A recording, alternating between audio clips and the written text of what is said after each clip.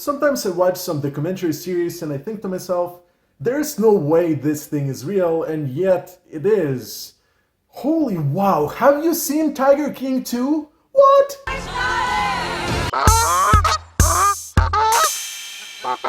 Tiger King 2 picks up exactly where Tiger King 1 left off. It starts with a recap of how impactful Tiger King was for everybody in social media and the US media. And wow, was it ever? I honestly felt that when everybody was going through the pandemic and just realizing, hey, we're going to be in a lockdown for quite a while, Tiger King was a breath of fresh air out of this gloom reality that COVID is impacting everybody so heavily.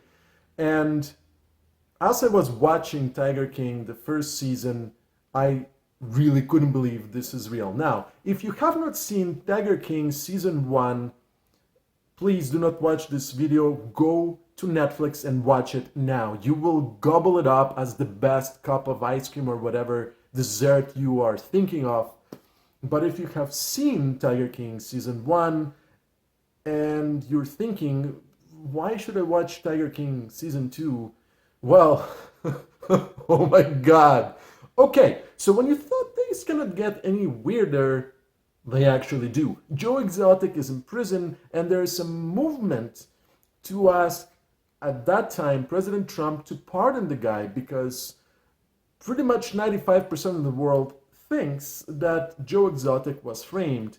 And the 5 episodes of this very short Tiger King season 2 focus on 3 main things: Carole Baskin and the disappearance of her husband, Joe as to where he is now and where he could go, and the conspiracy that could have led to him being framed up, and how all of the other not so friendly players had effects on why Joe Exotic is now in prison.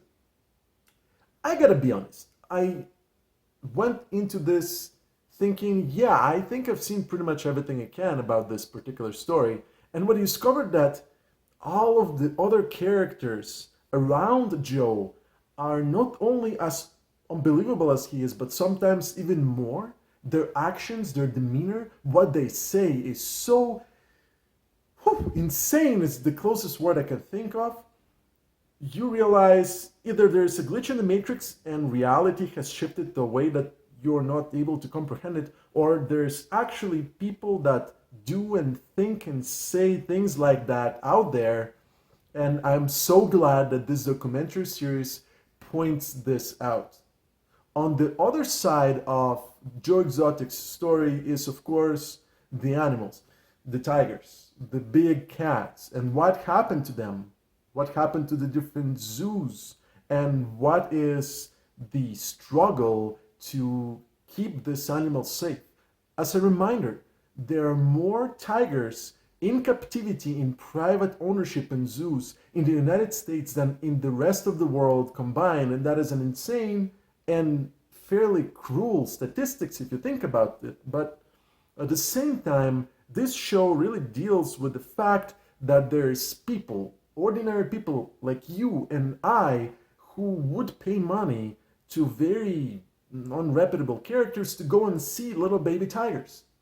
And the fact that it's still a thing, the fact that zoos still exist, which I feel it's very early 1900s mentality of seeing something exotic in person, to the degree that you're sacrificing the ability of an animal to grow in the wild and experience life the way they should, it's strange to me.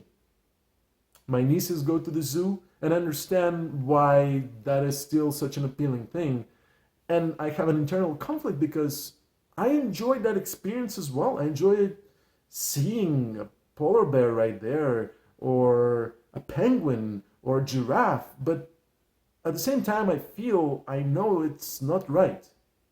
Sometimes it's a necessity to keep a species alive and thriving and safe inside of a zoo enclosure. But most of the time, most of the animals we see there, they shouldn't be there. And they will continue being there because of paying customers like myself and maybe you. Tiger King 2 is a wild experience, and I'm sorry I went on the tangent of animal enclosures and animals in captivity, but this show is about people in captivity, in the captivity of the image they put out there, in the words they said, in the things they did, and the repercussions of those things. The way Joe Exotic is now, you know, the tiger in the cage that has to experience life behind bars, missing all of these things. It's a beautiful contrast between, you know, the wild story that we saw and then the repercussions of that story today. I cannot really say how much I enjoyed it. I enjoyed it enough to watch the entire thing in one sitting. 5 hours glued to the screen and couldn't just stop thinking about how wild, unbelievable, and yet true this is. If you have seen Tiger King 2, please let me know if you think it's as wild and crazy as I think, or I just am exaggerating. I'm Jin from Get Me More, and you know where to find me. Thanks for watching.